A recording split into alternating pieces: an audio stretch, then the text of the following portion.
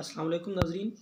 ناظرین آج جو ٹاپک زیر بحث ہے وہ ہے کلام اقبال میں تذکرہ شرف النساء بیگم۔ ناظرین، اقبال نے جاوید نامہ میں جہاں دیگر شخصیات کو اپنی شاعری کا موضوع بنایا ہے وہاں شرف النساء بیگم کا تذکرہ بھی کیا ہے۔ شرف النساء بیگم عبدالصمد صوبہ دار پنجاب کی بیٹی تھیں اور نواب زکریا خان کی بہن تھی۔ یہ ایک نہایت ہی پاک باز اور نیک سیرت خاتون تھیں اور ان کی جو زندگی ہے وہ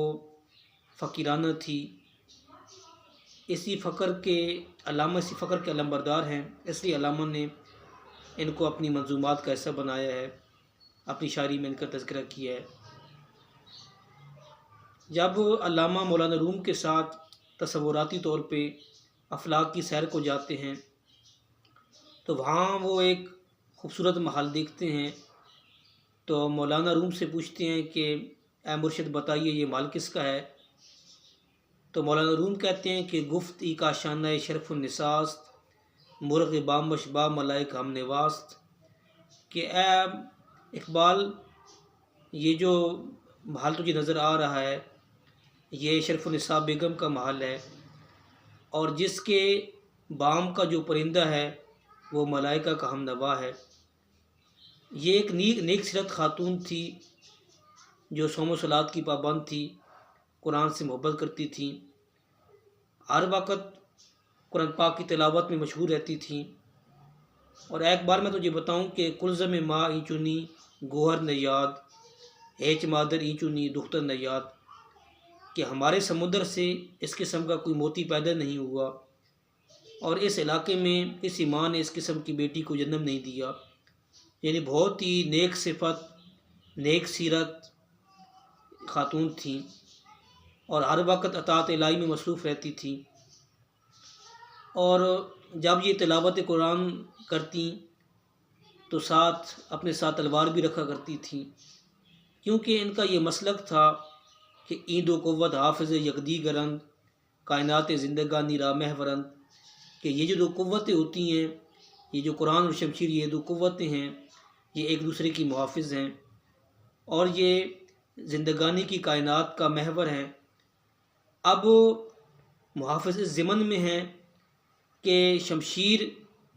جو ہوتی ہے وہ قرآن کی حفاظت کے لیے ضروری ہوتی ہے، جو تلوار ہوتی ہے اس سے قرآن کی حفاظت کی جاتی ہے، اور جو قرآن ہے اور وہ بتاتا ہے کہ تلوار کا استعمال کدھر کرنا ہے۔ اس لیے یعنی یہ دو جو چیزیں ہیں، یہ دو قوتیں جو ہیں وہ ایک دوسرے کے لیے لازم و ملزوم ہیں، اور یہی چیزیں جو کائنات کی جو زندگانی ہے ان کا محور ہیں، یعنی کائنات کی جو زندگی ہے وہ انہی دونوں کے گرد گھومتی ہے۔ پھر علامہ فرماتے ہیں کہ مولانا روم اس سے کہنے لگے کہ جب یہ نیک سیرت خاتون اس کی وفات کا وقت قریب آیا تو یہ اپنی والدہ سے کہنے لگی کہ اے والدہ محترمہ، چونکہ یہ دو چیزیں یعنی تلوار اور قرآن پوری زندگی میرے ساتھ رہے، اس لیے میں چاہتی ہوں کہ وفات کے بعد بھی یہ میرے ساتھ رہیں۔ تو اس نیک سیرت خاتون کی وصیت پہ عمل کیا گیا، اور جب وہ فوت ہوئیں تو ان کی قبر کے پاس قرآن اور شمشیر دونوں رکھ دیے گئے، کیونکہ ان کا یہ مسلک تھا کہ مومنہ را تیغ بقرآن بس است، تربت مارا ہمی سامان بس است، کہ مومن کے لیے قرآن اور تلوار کافی ہیں، اور یہی میری تربت کے لیے، یہی میری قبر کے لیے یہی سامان کافی ہے۔ اسی طرح یہ دونوں چیزیں ان کی قبر کے ساتھ پڑی رہیں اور محفوظ رہیں۔ پھر جب پنجاب پہ سکھوں نے حملہ کیا تو ایک سکھ اس غرض سے اس مقبرے کے پاس آیا کہ شاید کوئی سونا چاندی مل جائے، کوئی زیورات مل جائیں، کوئی مال و متاع مل جائے، لیکن اسے کوئی چیز نہ ملی، اور یہی پھر وہ یہ قرآن اور تلوار اٹھا کے لے گیا۔ تو اقبال رحمۃ اللہ علیہ کو بہت دکھ ہوا، تو اقبال کہتے ہیں کہ اقبال نے اسی دکھ کا تذکرہ کیا ہے کہ خالصہ شمشیر و قرآن را ببرد اندر آکشور مسلمانی بمرد، کہ سکھ آ کے ادھر سے قرآن اور تلوار لے گئے، اور مسلمان اتنی اس حد تک بھی اپنی بہن کی، اپنی بیٹی کی یعنی اس کے مقبرے کی حفاظت نہ کر سکے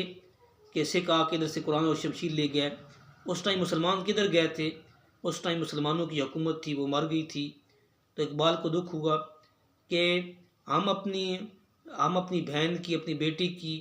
جو قبر ہے اس کی حفاظت بھی نہ کر سکے۔ تو چونکہ یہ نیک سیرت خاتون تھی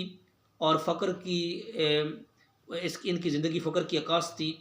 اور اسی فقر کا درس اقبال دیتے ہیں۔ اقبال اسی فقر کے علمبردار ہیں، اس لیے علامہ نے اس نیک سیرت خاتون کو یعنی جن کی جو خودی کے ایک ہائی لیول پہ